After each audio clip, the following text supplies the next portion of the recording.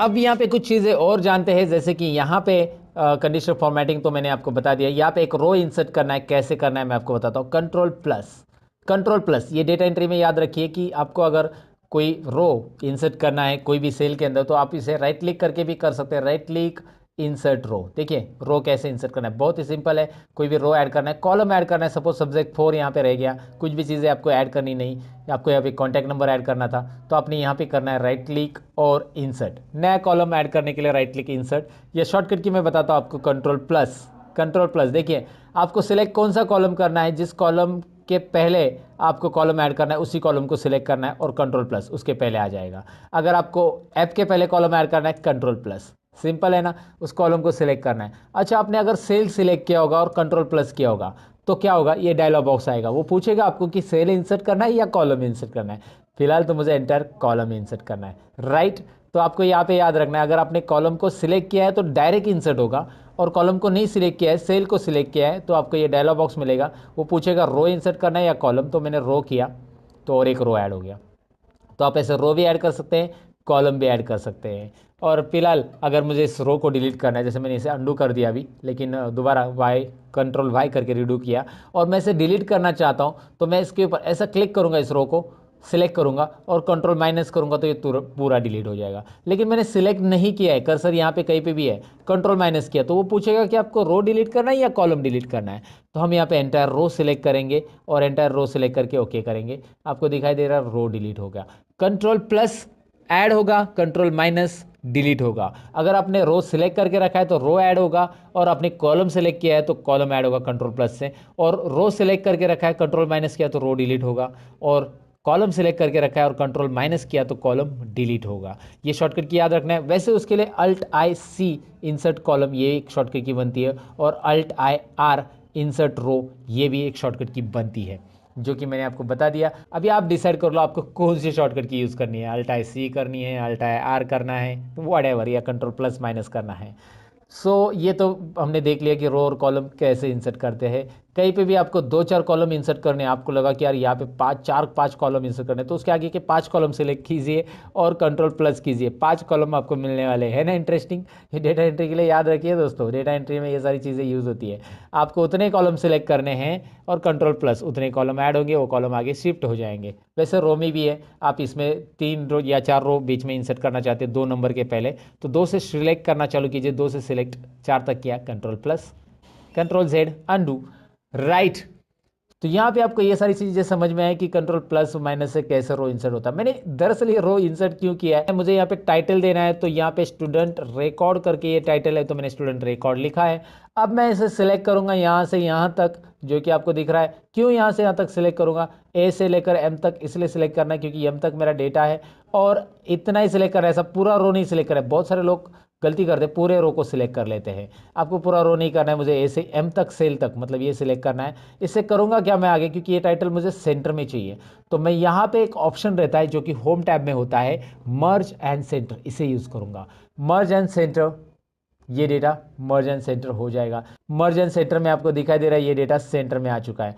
अब इसे फॉर्मेटिंग भी हम कर सकते हैं। चलिए सबसे पहले मैं इसको ऐसा सेलेक्ट कर लेता हूँ और सबको ऑल बॉर्डर्स कर देता हूँ। ऑल बॉर्डर्स यहाँ पे आपको मिल जाता है, देखिए बॉर्डर्स बहुत अलग अलग टाइप के हैं, मैंने ऑल बॉर्डर्स किया है फिलहाल, तो ऑल बॉर्डर्स में ये सेल दिखाई दे रहा है। ये ऑल बॉर्डर्स करना क्यों ज़रूरी होता है, अगर आप ऑल बॉर्डर नहीं करेंगे तो भी डेटा रहेगा, लेकिन जब आप कंट्रोल पी करोगे प्रिंटिंग के लिए, तो ये ध्यान में रखिए, मैंने ये बॉर्डर किया है उतना ही डेटा दिखाई दे रहा है, मतलब डेटा दिख रहा है और बॉर्डर के साथ दिख रहा है। अगर मैं बॉर्डर नहीं करता, मैं अंडू कर देता हूँ, control Z undo, control P, now look at here, data तो है लेकिन उसके लाइंस नहीं आ रही, क्योंकि ये जो लाइंस होती है ये ग्रिड लाइंस होती है दोस्तों, और ये ग्रिड लाइंस बस यहाँ पे कैलकुलेशंस के लिए आपको डिस्प्ले होगी। प्रिंटिंग के लिए आपको ऑल बॉर्डर्स यहाँ पे रखना चाहिए। वैसे प्रिंटिंग के टिप्स में मैं इसी ट्यूटोरियल में बताने वाला हूँ। अब प्रिंटिंग में क्या टिप्स रहेंगे मैं आपको यहाँ पे सिंपली दिखा देता हूँ। यहाँ पे आप देखेंगे कि परसेंटेज तो कॉलम तक ही आ रहा है, आगे के 2 कॉलम आ ही नहीं रहे, रिजल्ट और ग्रेड, जो कि हमने अभी निकाला नहीं वैसे, लेकिन यहाँ पे आप देख सकते हैं कि रिजल्ट और ग्रेड ये कॉलम के बाहर जा रही है, एक छोटी सी डॉटेड लाइन दिख रही है। जब आप कंट्रोल पी करोगे तो ये डॉटेड लाइन यहाँ पे अपेयर हो जाती है,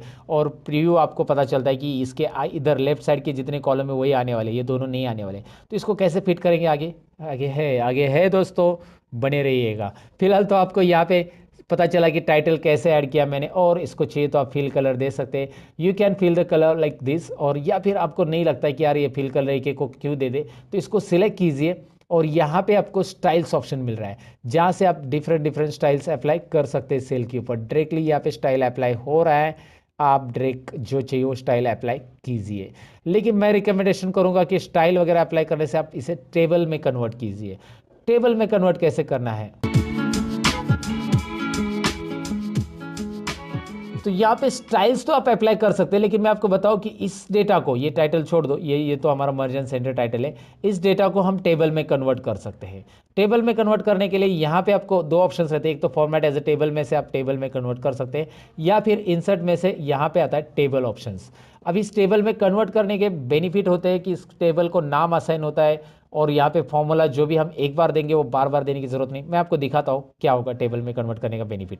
चलिए प्रैक्टिकली देखते हैं। फॉर्मेट एज अ टेबल में जाते हैं, यहाँ पे जो भी डिज़ाइन आपको पसंद है यहाँ से आप डिज़ाइन पिक करिए। आपको लगा ये डिज़ाइन पसंद है, वो पूछ रहा है कि where is the data for your table, and नीचे आपको एक ऑप्शन भी पूछ रहा है my table has a headers. तो मैंने ऑलरेडी उसे चेक किया है कि मेरे टेबल को हेडर है, ऑलरेडी हेडर है ना, मैंने लिखा है सीरियल नंबर नेम, और मैंने यहाँ पे ये जो है मेन सेंटर हेडिंग वो नहीं लिया, याद रखिए वो लेने की ज़रूरत नहीं टेबल कन्वर्ट करते समय। टेबल में यहाँ पे मैंने इसे रेंज को ऑलरेडी डिफाइन किया था पहले से, तो इसलिए वो रेंज आ चुकी है। आप बदलना चाहते हो तो इसे दोबारा आप सिलेक्ट कर सकते हैं, ऐसे नीचे और बढ़ाना चाहते हैं टेबल में तो और भी बढ़ा सकते हैं, वैसे ज़रूरी नहीं, फिलहाल ओके कीजिए। ये दिखाई दे रहा है आपको, ये टेबल में कन्वर्ट हो चुका है। अब ये टेबल का बेनिफिट देखिए, एक तो कलर स्टाइल फॉर्मेटिंग अप्लाई हो चुका, दूसरा है कि यहाँ पे आपको एक ड्रॉप डाउन मिल रहा है जो कि फिल्टर अप्लाई हो रहा है। ये क्या होता है, डेटा फिल्टर करने का काम करता है, कैसे मैं आपको दिखाऊंगा। फिलहाल तो आप यहाँ पे देखिए इसका बेनिफिट और क्या है। जैसे ही सपोज मैं यहाँ पे टोटल को हटा देता हूँ, डिलीट कर देता हूँ, राइट।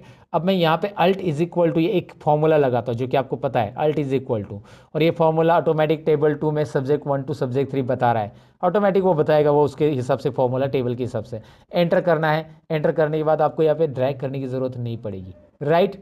सिंपल है ना, ड्रैग करने की बिल्कुल ज़रूरत नहीं। अच्छा एक और चीज़, आप यहाँ पे 6 नंबर ऐड करोगे ना तो टेबल में ऑटोमेटिक ऐड हो जाएगा वो, और आगे के फॉर्मूलाज जो है ना वो आपको फिर से देने की ज़रूरत नहीं है, यहाँ पे पूरे फॉर्मूलाज ऑटोमेटिक आएंगे। बस आपको टाइप करने हैं उनके मार्क्स, नाम भी टाइप करना है, फिलहाल मैंने नाम नहीं लिया, लेकिन मैं यहाँ पे कुछ मार्क्स टाइप कर देता हूँ। जैसे यहाँ पे मार्क्स टाइप करा तो आगे उसके फॉर्मूलाज बनते आपको दिखाई दे रहा है। ये टेबल का बेनिफिट होता है, डेटा ऑटोमेटिकली, यहाँ पे फॉर्मूलाज वगैरह दोबारा देने की ज़रूरत नहीं है। इतना ही नहीं, टेबल के वैसे बहुत सारे बेनिफिट्स हैं। फिलहाल तो आपको मैंने बताया कि टेबल आपको फॉर्मेटिंग देता है रेडीमेड कैसे, और ये आपको यहाँ पे समझ में आया होगा।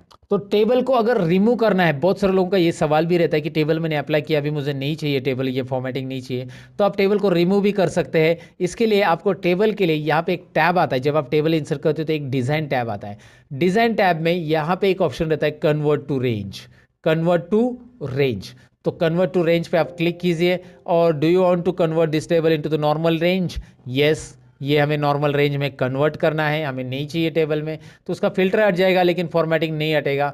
अब आपकी बारी है कि फॉर्मेटिंग भी हटाना है, आपको डेटा नहीं हटाना है, बस फॉर्मेटिंग हटाना है। तो मैं आपको बताऊं कि यहाँ पे एक होम टैब के अंदर क्लियर ऑल भी है, क्लियर फॉर्मेट्स भी है, क्लियर कंटेंट भी है, क्लियर कमेंट है, हाइपरलिंक है। फिलहाल हमारी जो रिक्वायरमेंट है वो है क्लियर फॉर्मेट्स, तो कीजिए ना क्लियर फॉर्मेट। देखिए फॉर्मेट में सब जाएगा, कंडीशनल फॉर्मेटिंग एवरीथिंग, लाइक आपका डेटा रहेगा बस यहाँ पे, राइट। तो आपको टेबल कैसे अप्लाई करना है, कैसे रिमूव करना है, वो आपको यहाँ पे समझ में आया होगा। अब हमें टेबल में जो आया था फिल्टर, वो कैसे अप्लाई करना है वो सीखना